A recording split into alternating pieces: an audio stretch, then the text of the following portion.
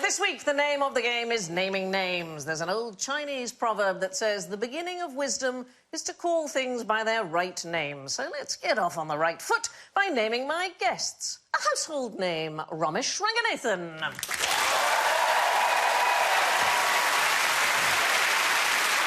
A rose by any other name, Carrie Lloyd.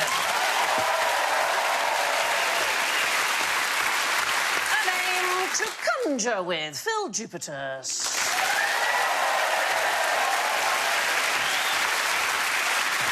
An old what's-his-name, Alan Davis.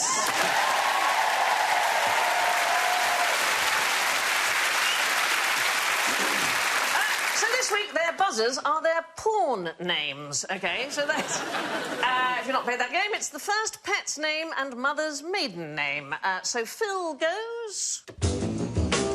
I, the Schroeder Swan. It's quite sexy, Dan. Very sexy. How much you paid that bloke? Yep. I'd have done that for nothing. And more convincingly, Well, that sounded like you found an asthmatic tramp on the South Coast. What was the name? Schroeder Swan. Oh, yes, that's very good. Schroeder was a spiteful pub dog. Right. Used to attack Jock, our barman. You had your own barman? I don't want to know it. We haven't started the show yet. Carrie goes. Hello, I'm Snuffy. Snuffy Story.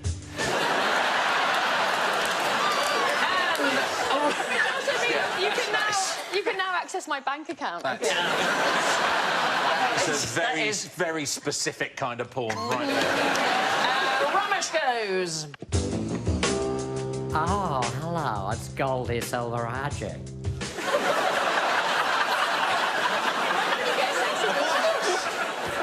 Why have I been given that It's one? quite camp, Ramesh.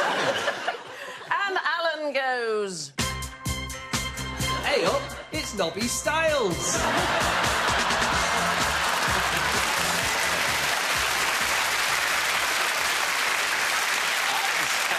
Nobby Styles is a very good porn name.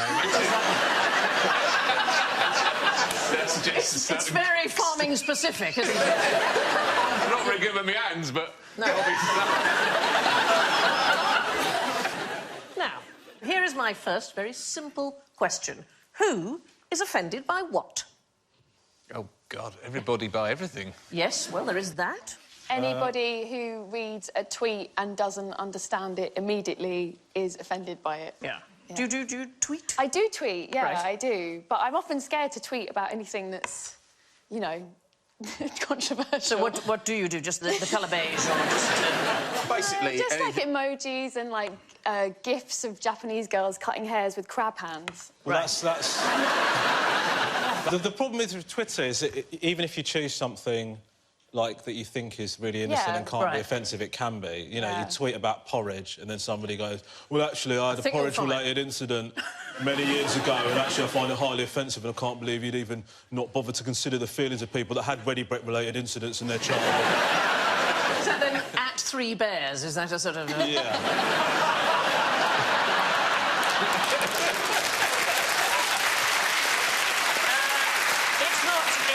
It's not Twitter-related, so it's more to do with who? Who is offended by what? Yes. Doctor, offended by Daleks. Doctor is the right area, but not Doctor Who. Oh. It is to do with doctors. Oh, generally medical practitioners? It is a large organisation, as if we think of it as an acronym. World Health Organisation. World Health Organisation, absolutely right. And they're offended by what, which is the World Health Annual Transportation Convention. No, they are worried that scientists are naming diseases that offend people, and that indeed we've done this too much in the past. So, for example, Spanish flu would be a good example. It affects people in Spain, possibly, and tourism. People might think if you go to Spain, you'll get Spanish flu. Legionnaire's disease is not a legionnaire in the world not been distressed by the thought. Oh, I know one. Yeah. Essex wind. It's awful, isn't it, Phil? Terrible. It blows right up your Thames corridor. There's Creutzfeldt-Jakob disease, which I imagine... I don't know who that would offend. People call Creutzfeldt. Jakob Creutzfeldt, I would imagine. Very offensive. Swine flu, apparently. Very offensive to people who work with, I don't know, pigs. Mrs. Swine. Mrs. Swine is upset about it. I'm very keen on paralytic shellfish, which I could only imagine would offend prawns that drink too much. Right? See how anybody would be offended by that. And apparently... Staggering home sideways, crabs, hey? It's paralytic. I'll be honest, I don't see how you get crabs if you're staggering sideways, but... I just realised I'm doing a crab playing the piano. I don't know why I'm doing that with Why am I doing that with my fingers? Is that it? The idea is you're supposed to minimise unnecessary distress. So, for example, if you called something sudden death syndrome, that's just too frightening. Hold on a sec. If you're about to die imminently, you can't just say something cuddly so they're not offended. Do you know what I mean? If they're going to die in the next 20 minutes, you can't just go... You just got the chills. Yeah. Just because you don't want them to be upset. But here's the thing. So doctors have certain acronyms, and I love these. There's SBI, which is something bad inside, and it means the doctor knows there's something wrong, not entirely sure what it is.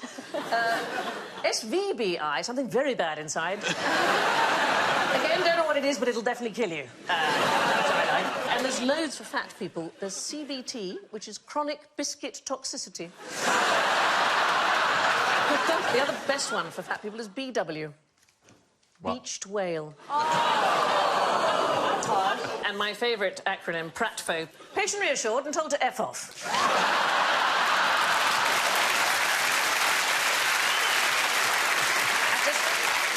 Used to be loads of occupational diseases, certain diseases that were entirely... Minus cough. Minus cough. Minus lung. Jogger's nipple. Jogger's nipple, yes. And the very first one ever was chimney sweep's scrotum. What? Yeah, chimney sweep's scrotum. What was he? Well, he should put the fire out. What are you doing up there? Bagpiper's fungus. Bagpiper's fungus is a terrible thing. It's apparently if you don't clean the bagpipes, you can get a sort of horrible microbe. Imagine getting a fungus from an instrument that makes that noise. Sounds like it's trying to kill you anyway, doesn't it? I've seen all these things listed outside a flat in Amsterdam.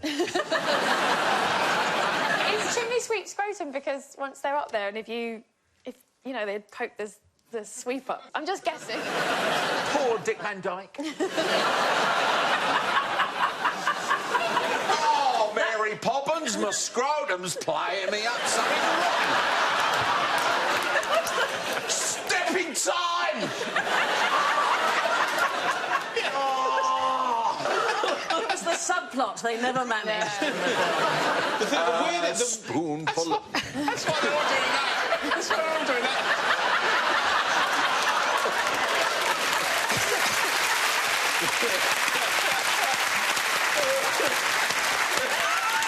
Do you think he was in too much pain to do the accent properly? So, anyway, can you tell me what this bird's name is? Is it a wagtail? It is not a wag... But what I really want is I want its actual name. Is it Philip, Jeremy, Mabel? Well, to assist you, you have some bird whistles beside you. Yeah. See if you can come up with the actual name. Oh, that's not better than mine. Rubbish. Oh, here we go. Said Tiny Clanger. Oh, you've got lots of different ones. The famous calling sound of a goose with asthma.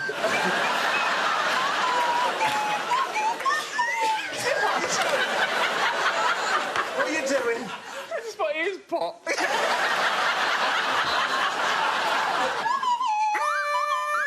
Is that a duck call? Supposed to be a duck call. Sounds like a... Try the little end. Hang on!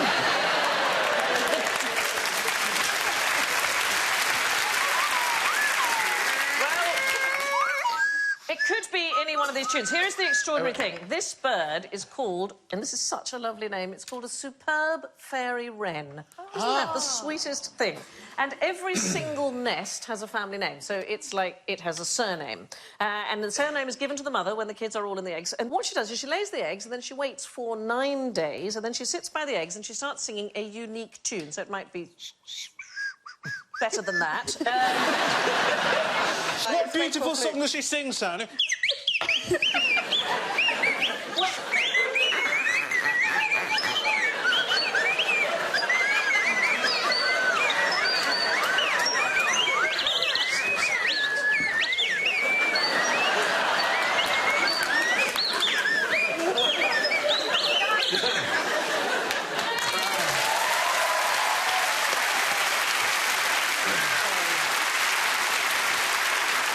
Basically, she sings the same tune every 4 minutes, over and over, for a week. Now, I imagine this drives the chicks and the eggs completely My daughter balmy. does that with Let It Go. Oh, sorry, it's... Oh, I hate that song. I can't be doing with it. I didn't used to, but holy smoke, it's a test. But anyway, what happens is the chicks in the egg, they actually hear it and they commit it to memory, and Mum and Dad and eggs, they all know the tune. It's a unique tune. Waterloo.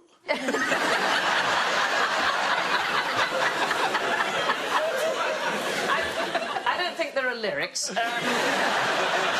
what happens is she goes away and gets food. When she returns to the nest, she sings this particular tune that they all know, and they have to sing it back to her, and that way she can be absolutely sure there isn't a cuckoo in the nest. Oh. So they have, as it were, a surname just for that nest. That is amazing. That really is amazing. But if they were people... Yeah. How annoying would they be to have around for dinner? Unbelievably irritating. Andrew, should we do our song?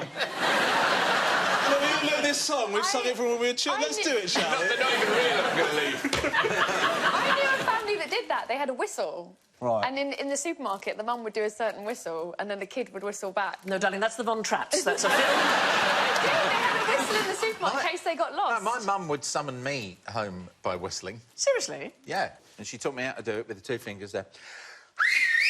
Wow. That is a whistle. Now, I could hear that 3 miles away. And so me and my brother would be playing with mates, and we'd be out all day, and then at tea time, my mum would go out the back door and go... And then we would... That is a seriously good whistle. We would come back... One time, do you remember we were in Manchester? Oh, yeah, yeah. And I had to get a train. Yeah. And the taxi went by, and I went, Daddy! Like that, and he ignored me, and it went about 50 yards, and he did that, and it braked. And he didn't even turn and came back. And was the taxi driver your mum?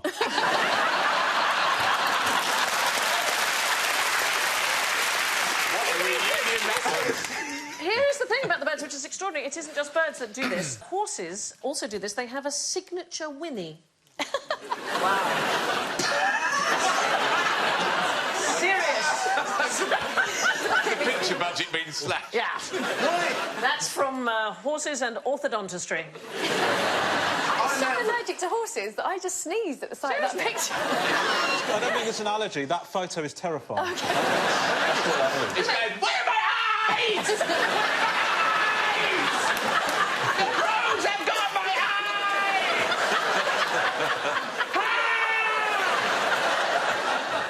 That's the mum horse going, where are you? Oh, kids, bring my eyes back! That overbite reminds me of my games teacher at school.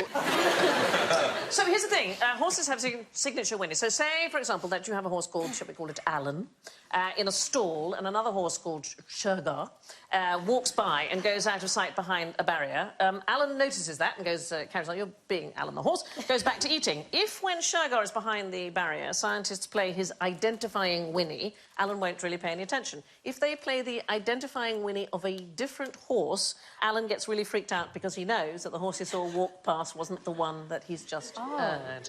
And this is on a list of things scientists can be asked to do.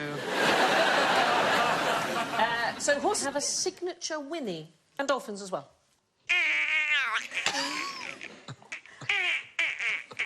Flipper's here. There's 2 children down a mine shaft. A dolphin taxi is going to come through now. meet at sea, dolphins, and one of the very first things they do is to introduce themselves with a unique whistle, and then when they hear somebody calling that unique whistle, they answer with the same whistle, so it's sort of, wow, I'm here kind of thing. Oh, dolphins. I know. Are they nice, really? Well, I once swam with wild dolphins. I've never been more terrified in my life, frankly. Wrens, horses and dolphins all give themselves names. Who sold seashells on the seashore? Is it somebody who's got no idea about the laws of sort of supply and demand?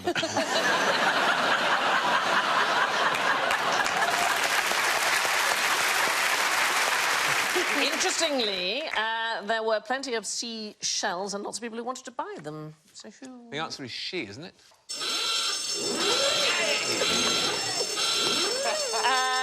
Well, it is in the rhyme. Can you do the rhyme? Do you know the rhyme? She's... No, I can't, because I've got a lisp. It's a fantastically mean thing to do to you. Make him do it, Sandy. Yeah, Make him do it.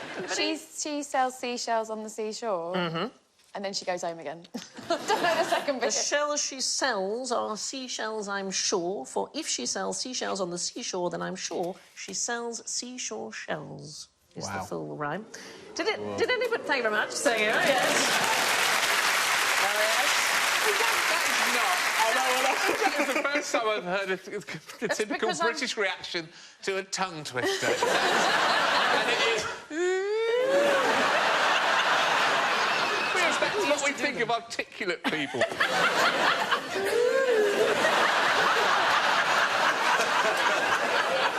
I didn't know we had that in our makeup.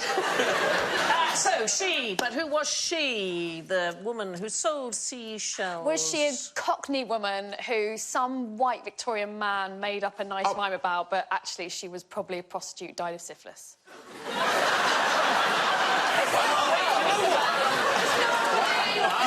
That turned Dickens, really.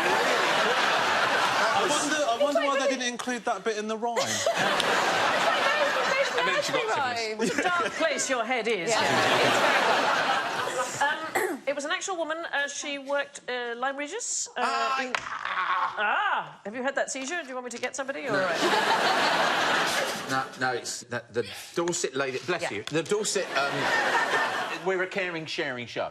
It was the Dorset lady... Killer! Look at the weapon! There she is. Found the first dinosaur in the UK, didn't she? The first whole... She was the inspiration for the tongue twister. She's a Victorian fossil hunter called Mary Anning. Oh, Mary Anning. Fossil hunter. She's all over the Natural History Museum. Yeah, all over the Natural History Museum, and she's an incredible woman. She was very brave, because actually it's very dangerous. That is a picture of her with her dog, Trey. She's about to kill it and put it in that bag. Well, I can't tell if the dog is already... How much of mega fossil?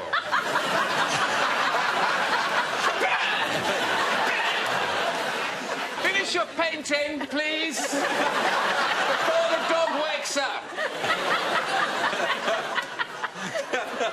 I don't know if the picture shows the dog already dead. It died in a landslide, and she was very fond of it. A landslide caused by... Well, it is, I don't know if you...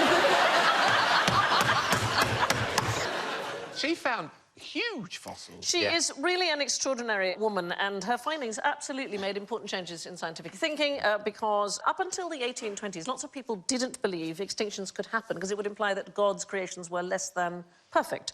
But she, in fact, discovered the very first ichthyosaur skeleton, correctly identified, the first two plesiosaur skeletons, and the first pterosaur skeleton outside Germany. She also found, I'm going to give you some examples, she found these, and she's the very first person who worked out what they are. So I'm going to pass you one there for you to share. Do you know what that is? Oh, £9.50 in a Cornwall gift shop. Is this dinosaur shit? It is. It is absolutely that. People first thought... OK, now I feel weird. Well, these have been tumbled to prove you can, in fact, polish a turd, but... People thought they were basals, so stomach stones, something from the inside of the stomach, but what she did was she cracked one open and she discovered... It's science. She discovered fish scales and teeth, and she's the person who realised that, in fact, coprolites, which is the correct term for them, is, in fact, dinosaur poo. It's that extraordinary to have a dinosaur's bit of poo in your hand. I think it's incredible. I feel a bit sorry for her that, you know, she's done all these amazing things, and then when they decide to come up with a rhyme about her, they made up one about how she used to knock out seashells. Well, here's the thing, that's how she made a living, because she was very poor. Her father was a cabinet maker. He died when she was 11, and so she had to make a living. And actually, people selling fossils has been a big thing on the Lyme Regis Coast. She did start finding them when she was 12 or 13, didn't she? Yeah, she could sell them to tourists. It was one of the very first. So your £9.50 for a coprolite is probably about right. She really sort of pains me slightly, because she sold things to men who then wrote scientific articles about them, and she didn't get the credit. She wasn't allowed to join, for example, the Geological Society of London. They didn't admit women until 1904. She didn't get full credit until 163 years after her death. The Royal Society included Anning in a list of the 10 British women who have most influenced the history of science. But was she not allowed to join the society because she was a woman or because she killed that dog? I think the dog didn't help, if I'm honest with you. Right, time for a look in Mother Toxwig's bumper book of neological novelties, I think. Here are some new names for things, but can you tell me what any of them are? Adorkable. Adorkable, do you know what it is? Is that when somebody's, like, really into comic books, but it's quite cute? It's somebody... Manic Pixie Dream Girl syndrome. Yeah. Adorably dorkish, Yeah. so Yeah. socially inept, but charming with it. Are these are new words that have recently... What's happening out here? They're what's known as neologisms, so they are new terms that have entered the language. Oh, so these I see. Al desco is having your lunch. Having your lunch at your desk. A belfie. I can't remember what a belfie is. It's something. Belfie is where you take a selfie, but you have a bell. No, it is a selfie, but what of? What part of you is a belfie? Oh, my God. Yes. Really? Your bell end. It's...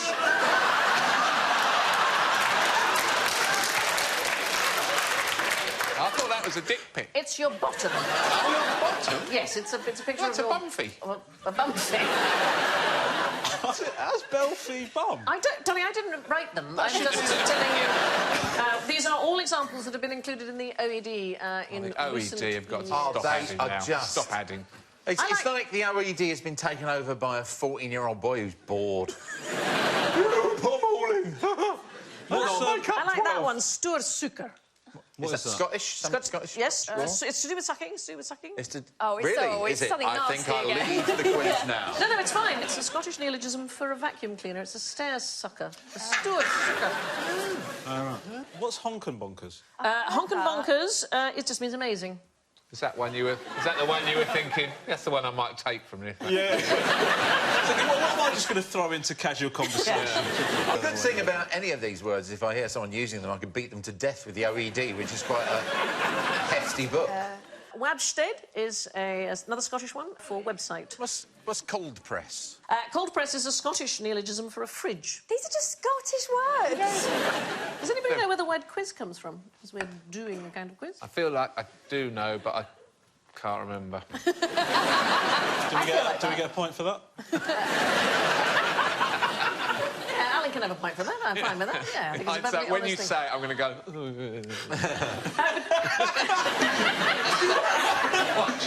What? OK. We don't really know.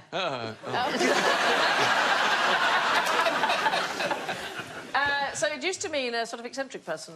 How it has come to mean asking people questions for points, we don't really know. There's a story that Richard Daly, who was a theatre proprietor in Dublin in 1791, made a bet that within 48 hours he could get a word into common parlance. And it distributed the word quiz to be put up on walls all over Dublin, and it became part of the language. Really? When they say the police are quizzing the suspect, that's wrong, isn't it? No, that's from inquisitive. And inquisition. So that's a separate... Good, you've got it. You're in the right chair. A little cold feeling then.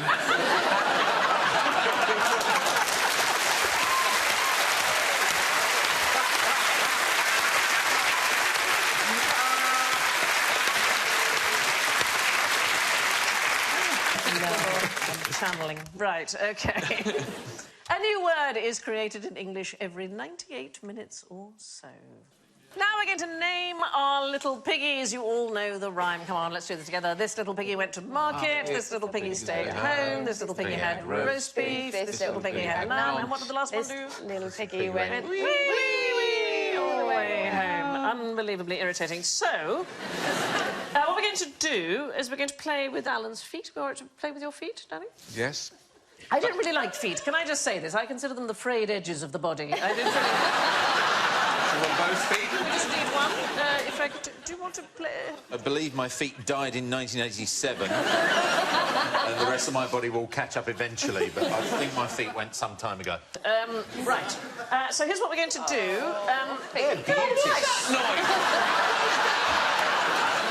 We've never had an audience that's so judgmental. What do you hear? A tongue twister. Okay, I think... Very nice. Someone else will get their foot out and you go, yeah!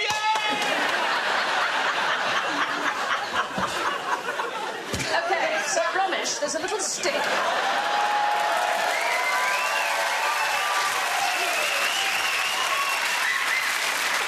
So imagine that your big toe is number 1, and the next toe is number 2, 3, so number 5 is your little toe. Okay. I want you to shut your eyes, and Ramesh...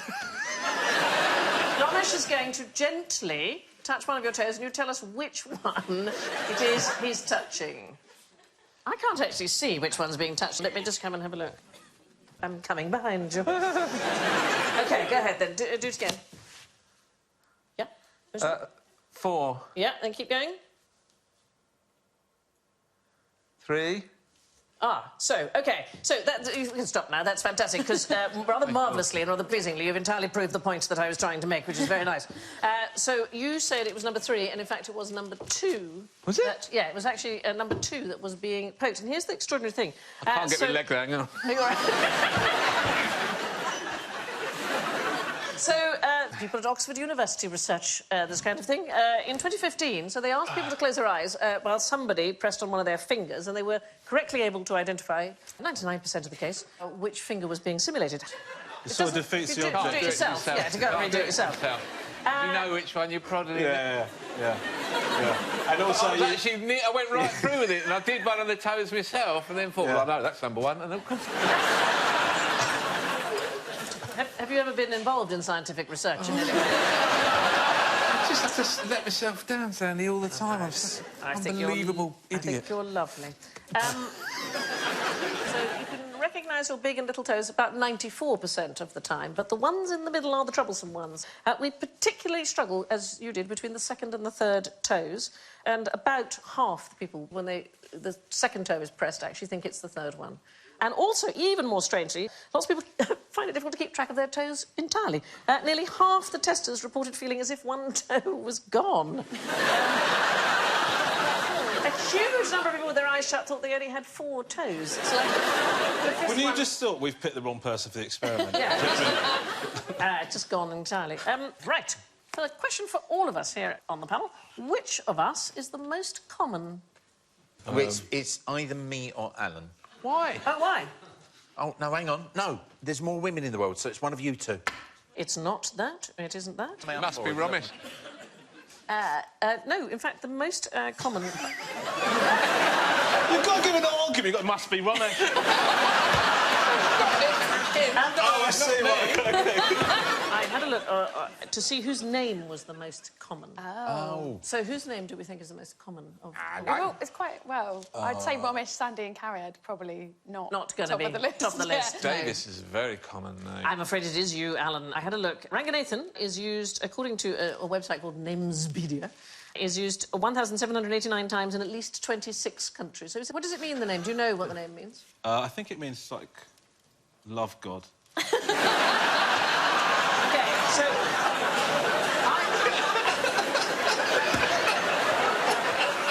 I broke it down...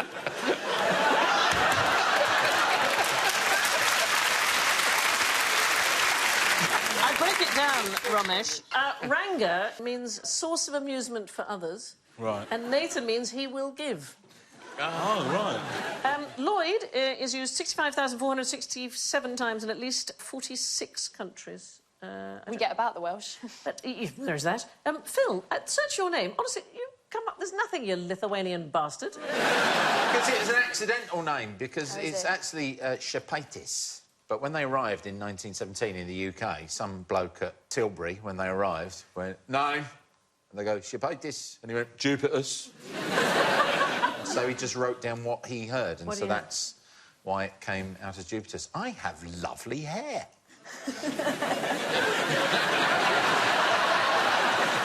No wonder I'm so smug. Yeah. I don't know who's upset Alan. I look like a big pulled over for speeding. Oh, God. Davis is the most popular. 47 different countries it appears in. Did you know there was an entire group of Indo-Iranian people in the Caucasus Mountains who were called the Allans? I did not know that. They've died out. She gives and she takes away. My own name, I looked up on this thing, Toxvig, and it said that it is used at least 23 times in 3 countries, and then it listed all the people. And all of them are relatives of mine, and I'm not on the list. What does Toxvig mean? It means river by the burial ground. Oh, that's nice. Romantic. Having a huge name can help with your uniqueness. Have a look at these. These are some of the longest names in history. Look at that. That's one person's name. This was a woman, the long reigning ruler of Yemen in the 11th and 12th century. She was the greatest of the rulers of the Suliyid dynasty, and she is sometimes referred to as the Little Queen of Sheba. Imagine how annoyed you'd be if you're doing the school trophy she won the 100. Look at that name. That's great, isn't it? That's a fantastic name. Queen of Bali, circa 1088 to 11. Do you think she fell asleep and just clapped on the keyboard?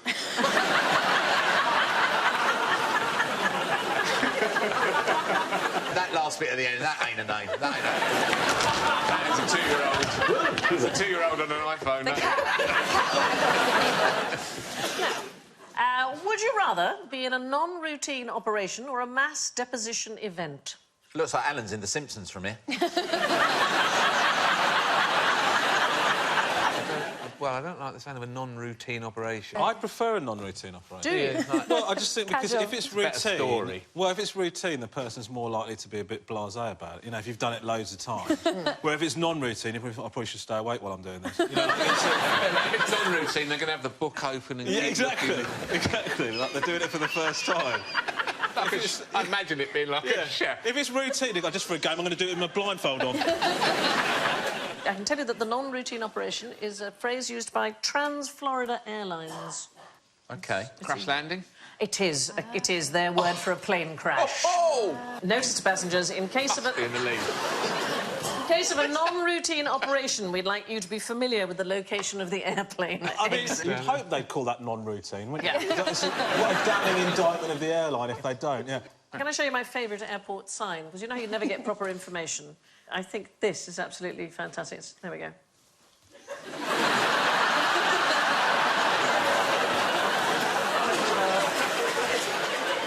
Kind of says everything, doesn't it? It's fair enough. This is honest, something in it's translation. It's absolutely fine.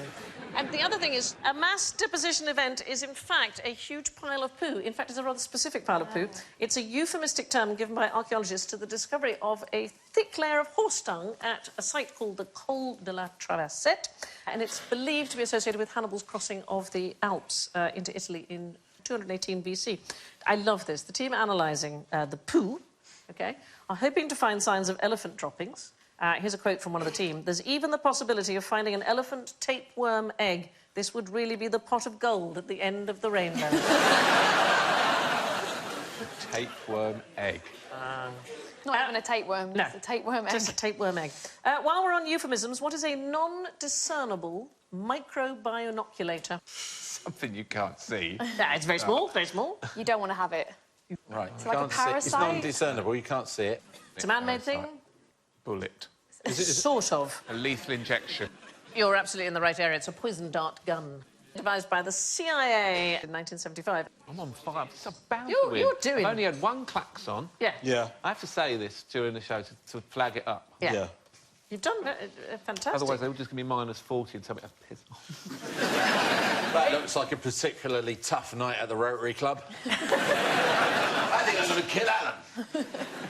He's got the sight on But back it's, to front. the thing I don't understand... Yes. The bloke in the right side. Back to front, you idiot. He's 20 miles away. The dart will never get him.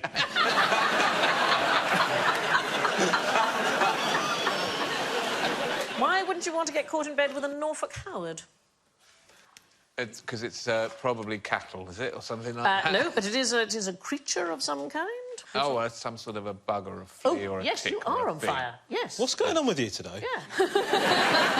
Like, you suddenly know shit. That's a substandard panel this week.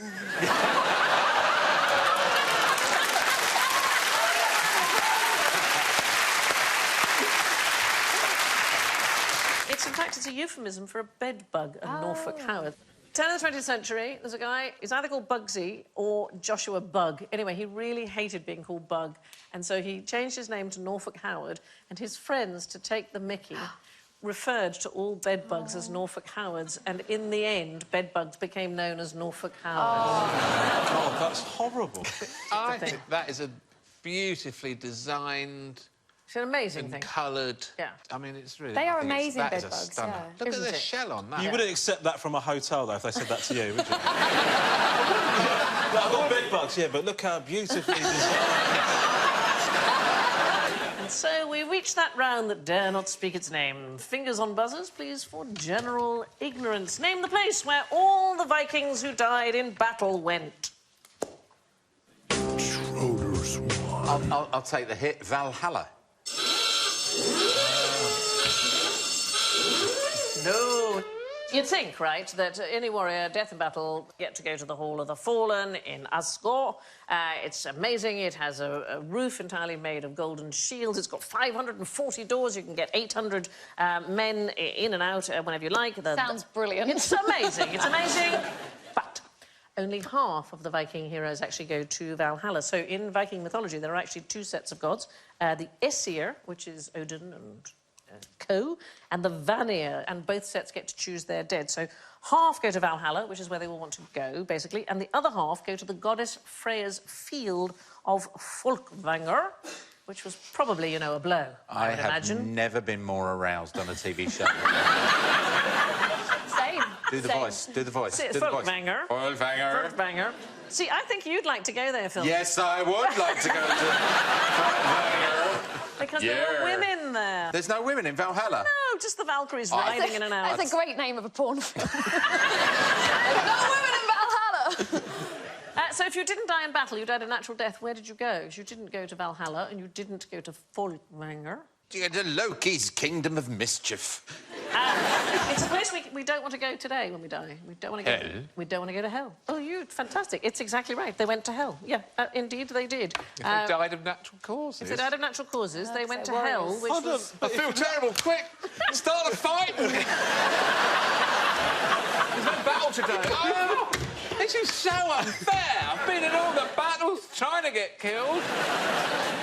Hell is ruled over by a goddess called Hel. That's where we get the word hell from. Anyway, only half of Viking warriors ever got to Valhalla. Name a self-confessed Nazi. I couldn't. I was like, Phil Jesus. All those guys. But they didn't call themselves Nazis. Absolutely did they? right. As There Churchill are called none. them. There are I none don't because think they you know. didn't call themselves Nazis. You are just doing it brilliantly. Yeah. Absolutely right.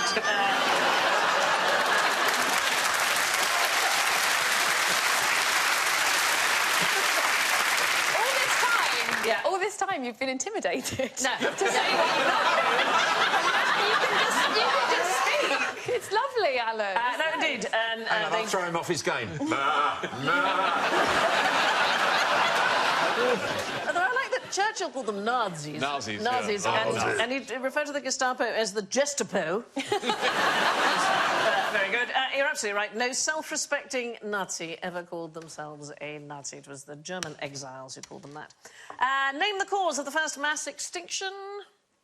Oh, now this is a trick one because you're trying to get us to do the dinosaur one, but there was one before that, wasn't there? After 14 years, he understands the format. And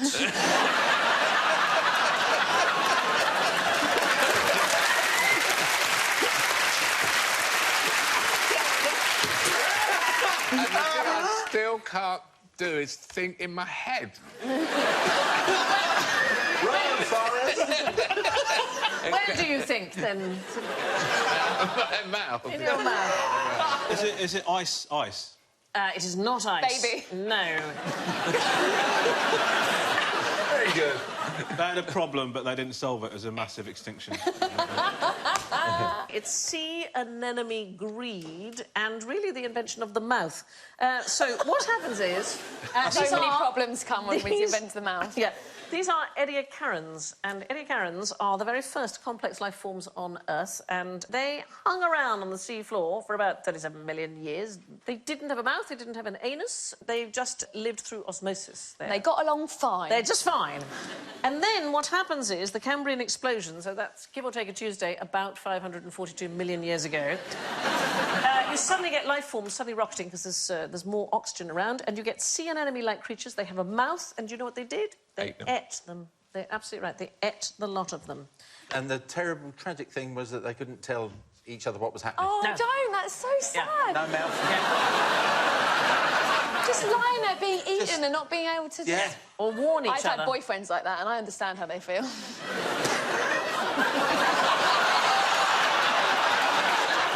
Nothing you can do. Just let them get on with it. It's been a learning experience being with you, Karen.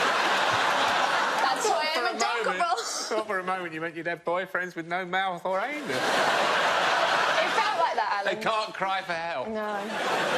Can't speak. Anyway, what's French for nom de plume?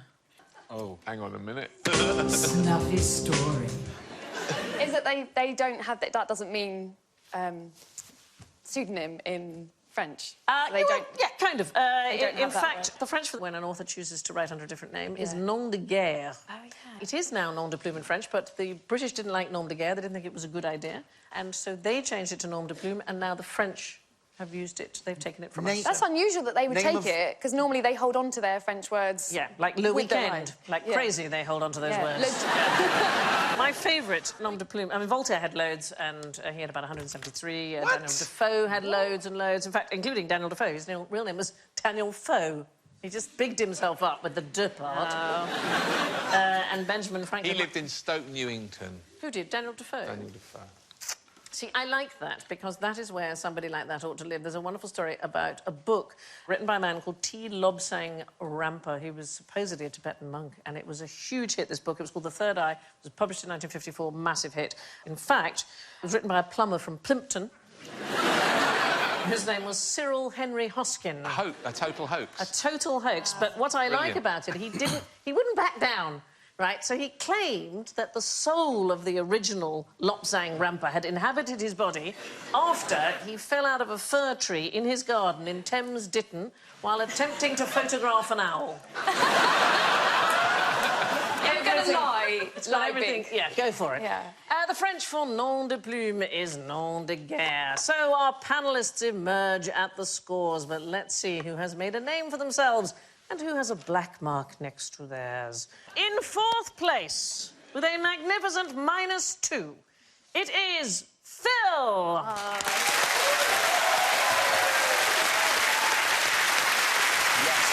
In third place, with 4 points, it's Ramesh.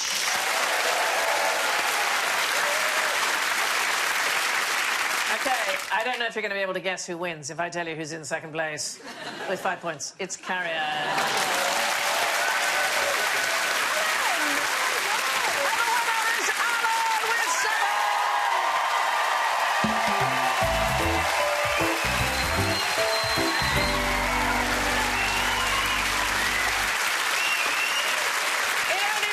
For me to thank Carrier. Unbearable. I shall bear with it. It only remains for me to thank Carriad, Phil, Ramesh and Alan. Finally, let me leave you with this Neolithic newspaper nugget from the Johannesburg Star. The Sunday morning quiet of the city centre was shattered when a man went berserk in Plain Street. He smashed about 4,000 rands worth of shop windows before being shot in the thigh by a passing churchgoer. Good night.